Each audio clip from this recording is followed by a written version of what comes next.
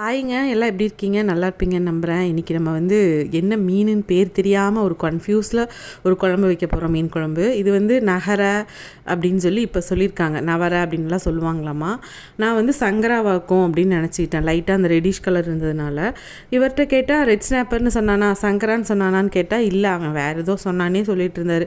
சரின்னு விட்டாச்சு. இப்படி மீன் பேரை தெரியாமல் பழமொழி சொல்லுவாங்களே, வேண்டா விருப்ப பிள்ளையை பற்றி காண்டா மிருகம்னு பேர் வச்சாங்க அப்படின்னு. அந்த மாதிரி நான் இப்போ இன்றைக்கி ஒரு மீன் குழம்பு. ஆனால் இந்த குழம்பு டேஸ்ட்டாக இருக்கும். ஆனால் பச்சை அரைக்கிறது. அதுக்கு கொஞ்சம் ஒரு 4-5 சில்லு தேங்காய் பீஸ் எடுத்திருக்கேன். கொஞ்சம் துருவுனது எடுத்திருக்கேன். ஒரு 1/4 கப் இருக்குன்னு வச்சுக்கோங்களேன். அது கூட ஒரு கால் ஸ்பூனுக்கு மஞ்சத்தூள் போட்டிருந்தேன்.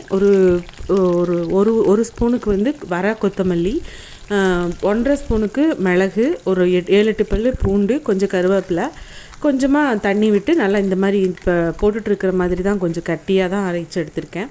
இதில் வேறு என்னாச்சுன்னா, இது நம்ம ஊரில் சடவுனுங்க. இப்போ சடவுன்னாலே நம்ம கிச்சனுக்குள்ளே லைட் இருக்காது, இருட்டாக தான் இருக்கும். எப்படியோ சமைப்போன்னு இந்த மீன் பேர் தெரியாத ஒரு டென்ஷனோட இதையும் பண்ணியாச்சு. அதை கொஞ்சம் அரைச்சி வச்சேன். நல்ல வேளை 9 மணிக்கு கரண்ட்டு போகிறதுக்கு முன்னாடியே கொஞ்சம் அரைச்சி வச்சுருந்தேன். புளி ஒரு லெமன் சைஸ் புளி எடுத்து ஊற வச்சுருந்தேன். அது நல்லா 10 நிமிஷம் ஊறினாலே, நம்ம வீட்டில் செய்கிற புளிங்கும்போது உங்களுக்கு அந்த கொலகொலப்பு கொஞ்சம் பழைய புளியாக இருந்தது. அதனால் கொஞ்சம் கொலகொலப்பு இருந்ததுனால டக்குன்னு ஊறிடுச்சின்னு பார்த்துக்கோங்களேன். இது என்னென்னா, எண்ணெய் சட்டி நம்ம எப்பவும் போல் மீன் குழம்புக்கு வைக்கிற மண் சட்டி வச்சு நல்லெண்ணெய் விட்டுருக்கேன். இன்றைக்கி நல்லெண்ணெய் விட்டுட்டு கொஞ்சமாக ஒரு 1/4 ஸ்பூனுக்கு வெந்தயம் போட்டாச்சு. அது பொரிஞ்சதுக்கப்புறமா சின்ன வெங்காயம், ஒரு 10 சின்ன வெங்காயம், ஒரு பச்சை மிளகா, கொஞ்சம் கருவேப்பிலை போட்டு அது தாளிதம் பண்ணினதுக்கப்புறமா நம்ம இந்த அரைச்ச பேஸ்ட் இருக்குது இல்லைங்களா, தேங்காய், மல்லி, சீரகம், குருமிளகு, அதெல்லாம் அந்த பேஸ்ட்டை நம்ம போடுறோம். தக்காளி சேர்த்துனங்க, சொல்ல மறந்துட்டேன், சாரி. 2 தக்காளி பழம் போட்டிருந்தேன். அது எல்லாம் சேர்த்து அரைச்சி நான் பேஸ்ட் பண்ணோம் இல்லையா, அதை போட்டு நல்லா வதக்கிக்கலாம். பச்சை வாசம் போக வதக்கிக்கலாம். ஏன்னா நம்ம பச்சையை அரைச்சிருக்கோம். அது வதங்கினதுக்கப்புறமா கொஞ்சமாக புளித்தண்ணி, கொஞ்சம் தண்ணி விட்டுட்டு நான் வதக்கியிருந்தேன். ஏன்னா ரொம்ப கொஞ்சம் கட்டியாக அரைச்சி போடுறது இந்த குழம்புக்கு பார்த்திங்கனாலே இந்த கட்டித்தன்மையோடு தான் இருக்கும். க்ரீனிஷாக இருக்கும். உங்களுக்கு வீடியோவில் எப்படி தெரியுதுன்னு தெரில, ஆனால் ஒரு க்ரீன் கலர் மாதிரி இருக்கும் அந்த குழம்பே. அப்புறம் அதுக்காக கொஞ்சம் தண்ணி விட்டுருந்தேன். அது கூட இந்த கரைச்ச புளி தண்ணியும் விட்டு நல்லா கொதிக்க வச்சாச்சு. கொதிக்கும்போது ஒரு ஸ்பூனுக்கு கொத்தமல்லி தூள், வர கொத்தமல்லி தூள் போட்டு, ஒரு 2 ஸ்பூனுக்கு குழம்பு மிளகாத்தூள் போட்டு, வரமிளகாத்தூள் கொஞ்சம் 1 ஸ்பூனுக்கு போட்டு நல்லா கொதிக்க வச்சுருக்கேன்.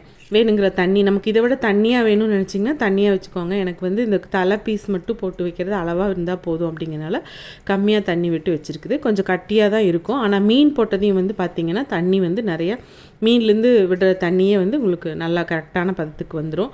இது ஒரு 10 நிமிஷத்துலேயே நல்லா மீனெல்லாம் வெந்துருங்க. உடையாமல் பார்த்துக்கிறது தான் நமக்கு முக்கியம். மற்றபடி இது டேஸ்ட்டில் எந்த குறையும் இருக்காது. ஆனால் என்ன பேர் தெரியாமல் ஒரு மீனை வாங்கினேன். நீங்கள் என்ன மீனாக இருக்கும், நகரதானா அப்படிங்கிறத எனக்கு கமெண்ட்டில் சொல்லுங்கள். கடைசியாக கொஞ்சம் கருவேப்பிலை பார்த்திங்கனால அந்த எண்ணெய் பிரிஞ்சு நிற்கும்.